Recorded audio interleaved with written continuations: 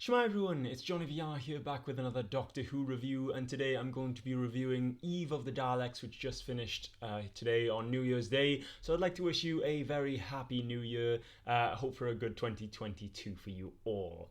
As always, the first part of the review will be spoiler free, and then I'll let you know when I'm going to go into spoiler territory. Be sure to let me know what you think of the episode in the comments below. I'll be talking to you after this video goes live, and I'll feature some of the comments in this month's Who Knew, so be sure to check out that playlist for more videos.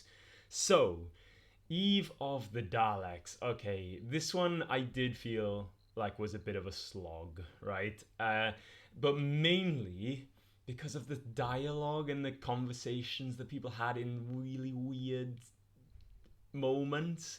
Like, okay, first of all, like they have this idea that everybody knew about from the promotional material about having this time loop, which, okay, again, it's a good idea, but like it never actually feels like the the way they set it up, it never actually feels like the Who episode, because it always feels like they have a lot more time than they actually should have.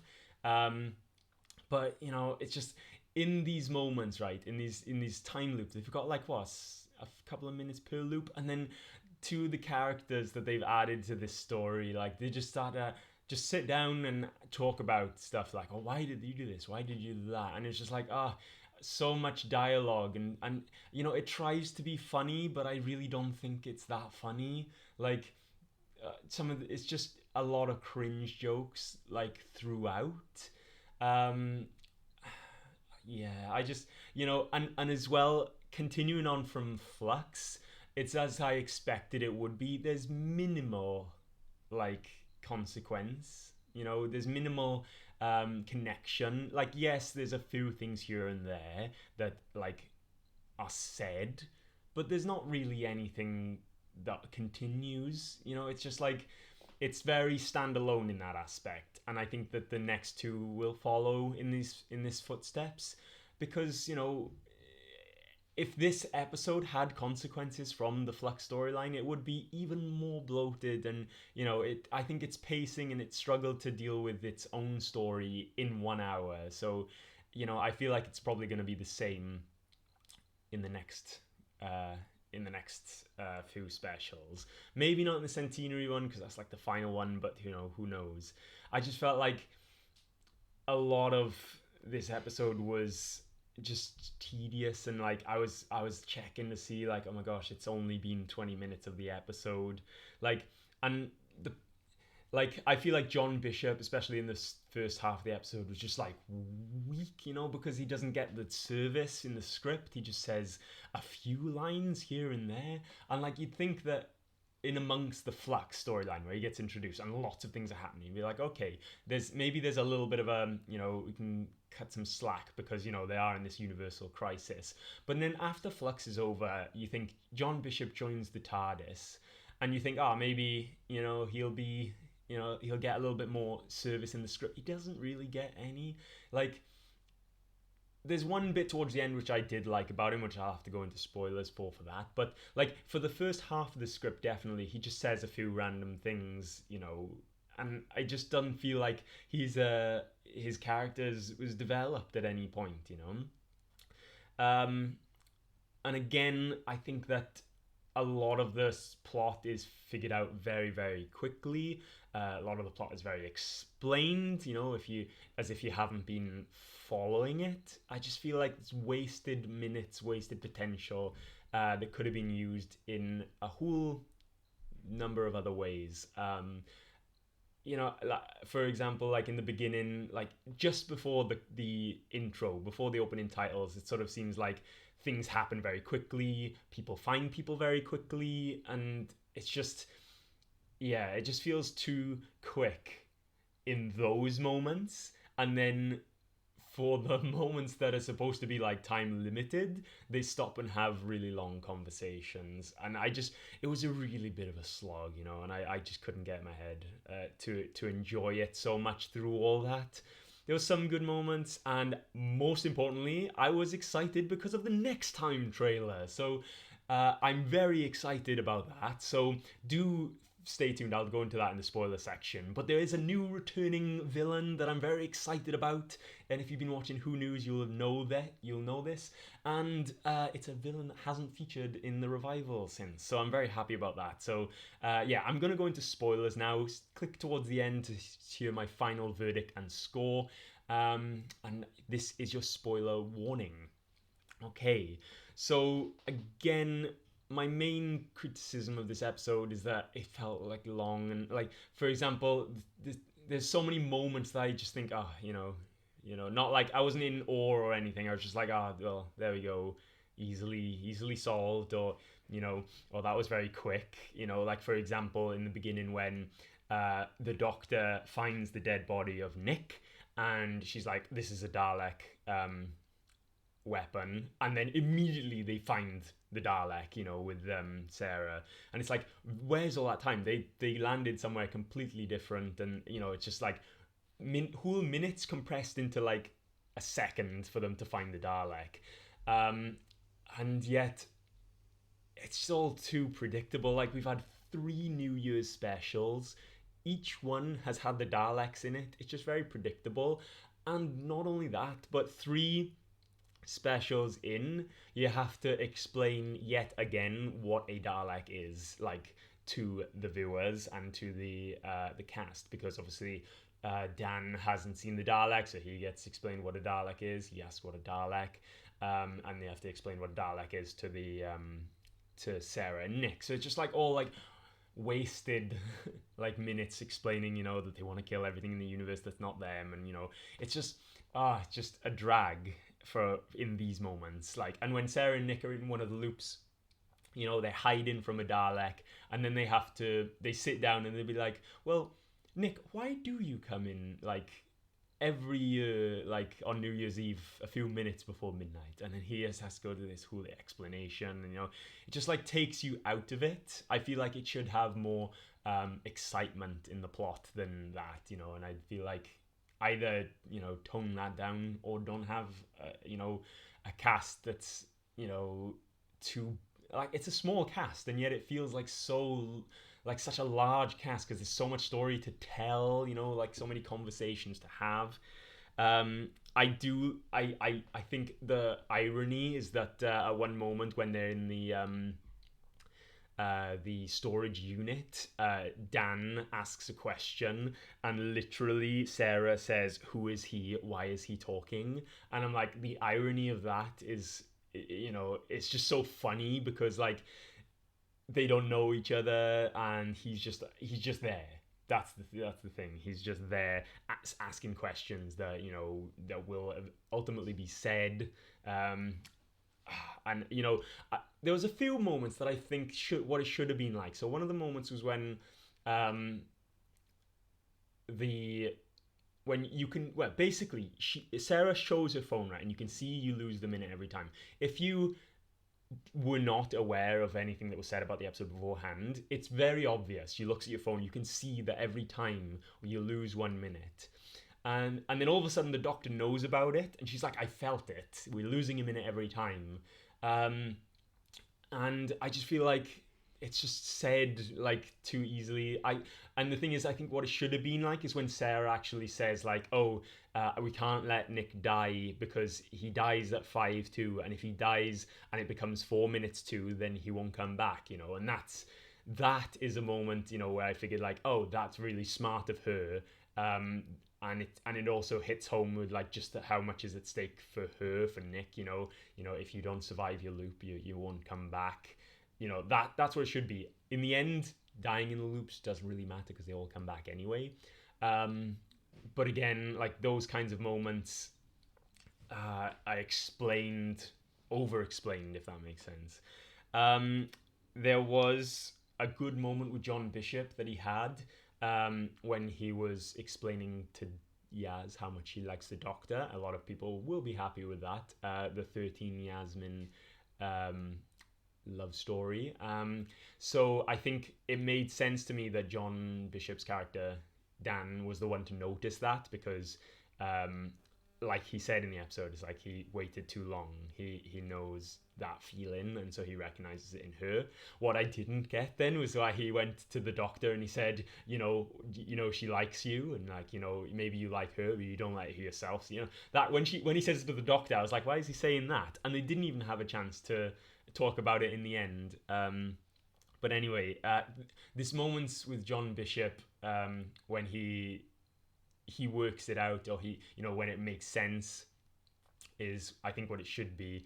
And then but the moments where they deal with the Daleks, like, seriously, like, John Bishop has his moment, right? He has his moment. He has his hero moment. He's like, you saved the universe last week, and I'm gonna go distract the Dalek.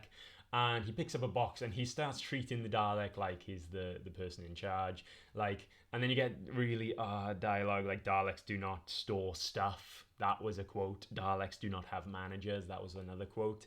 It's like, it's trying to be funny, but I find it cringy. Like, I feel like Dan's heroic moment in that loop would not be this, way to make a joke.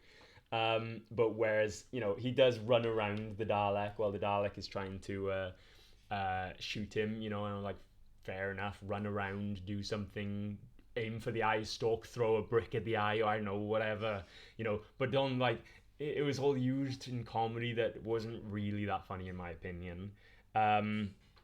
What else can I talk about? I did like the moment where the Doctor gets a mini speech. Like, that's something in this era that I was talking to my friend about in the live stream that we had on Doctor Who Day, is that I missed the speeches they used to have. And then when she started talking about, being there for each other, trying again, I did like that. I didn't go on for very long, but it was at least a little moment where she had this little mini speech and everyone was looking to her like, yeah, let's do it, deal. I did like that. Just because I missed the speeches. But yeah, again, it just it was a big slog for me, and in the end it was a little bit confusing, the outcome, when they were talking about the last but one loop. That definitely requires a rewatch for me because it's explained very quickly. And it just sort of seems like the last two loops, right, when they should have like 2 minutes and 1 minute respectively in the loop. It seems like they go to different places, they get killed, they distract the Dalek, they're sitting in sofas waiting for the Dalek, and then the last loop, they get out of the building. And again, the last loop is supposed to be like, what, a minute long, 1 minute to midnight, and yet it feels like ages. I wonder if anyone actually timed how long that loop was, because they get going and, people get called, call me 10 seconds to midnight. And I mean, yes, everyone's doing different things, but it's just like, I feel like it should have been at a point where it felt like it was getting quicker, not like splitting across, and making what should have been like 60 seconds feel like a few minutes as they escape. But yes, anyway, and the flipping Nick's character, the whole dialogue when Sarah's calling him really weird in the article, and then like John Bishop's like, hey, that's really harsh, or don't be harsh. And then that just went on so long. Again, it's like wasted minutes of conversation. And then all in the end, like, his character is just storing up stuff that from his ex-girlfriends. Again, strange, he's weird. They say it in the episode, and then at the end he makes the joke about being exterminated as the Dalek destroys all the stuff, and I'm like, really? And then again, something that bothers me is the simple duck that he did for two Daleks to destroy each other. I mean, I did think that the machine gun thing they had was a bit of overkill, especially for the situation that they were in. Like, there was only 5 of them, so like to have a multi machine gun Dalek launcher felt a bit like overkill. I think you'd expect to see those maybe in a heavy battle or something.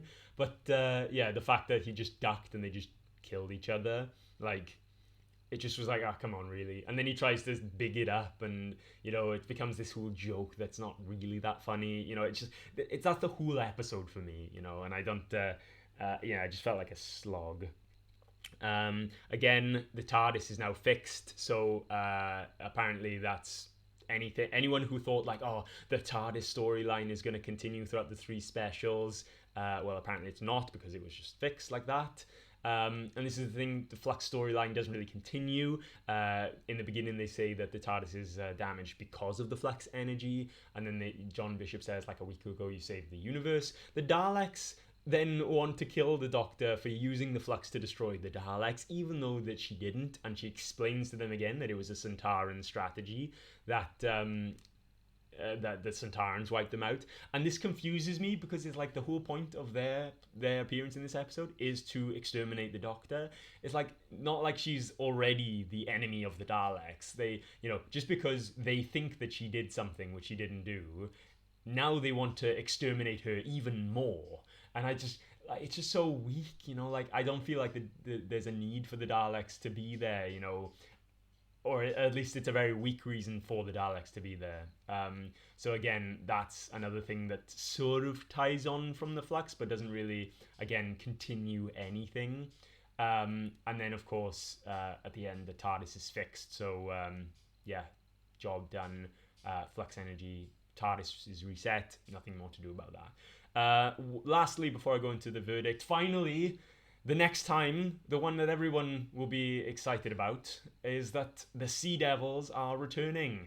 And I haven't looked on Twitter yet, but they probably revealed the episode title. It's probably going to be something of the Sea Devils, because that's very Chris Chibnall. But oh my gosh, they look good as well. Like, and now, not only that, but they figured out a Sea Devil mask that looks very like it pays homage to what they should look like. They didn't go the route like the Silurians did and made them look human, which I really appreciate.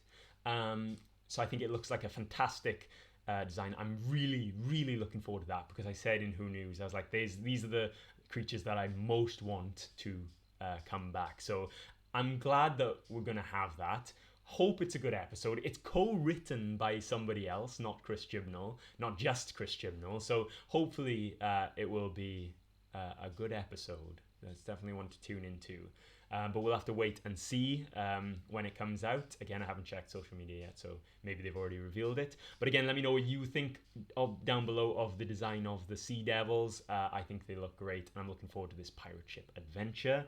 Overall, it was just a bit forgettable.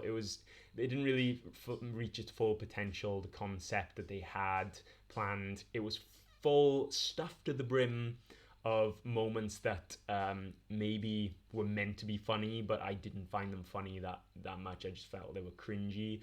There was a lot of wasted time having conversations, explaining things again that I thought were obvious, which again was thought, which is kind of what Chris Chibnall does. It's a bit of a slog. I think I'm gonna have to give this one a 6, mainly because it was a bit of a slog, bit boring. I didn't really find a lot wrong with the plot, but it was not the best plot. Like, the Daleks are there seemingly for no reason. Like, it's not the strongest reason. It's just very, didn't feel like it was thought out very much. So yeah, I'm gonna end this video here. Let me know what you think down below. Put comments down so I can discuss this with you now, and I'll also feature comments on Who News. Let me know what you think. As always, click like and subscribe for more Doctor Who videos. Check out our gaming channel at youtube.com/skybotfilm. Thanks very much for watching this video and all of the Flux reviews. If you haven't already, you can check those out. And yes, I will see you for the next special review and in other Doctor Who videos. So thanks very much for watching. I'll see you next time. Bye!